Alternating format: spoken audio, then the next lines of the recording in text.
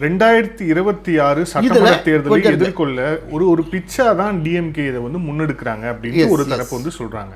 இப்போ அதை ஒட்டி தான் முதலமைச்சரும் வந்து இந்த தொகுதி மறைவுரை அப்படின்னு சொல்லிட்டு அதை ஒன்று எடுக்கிறார்.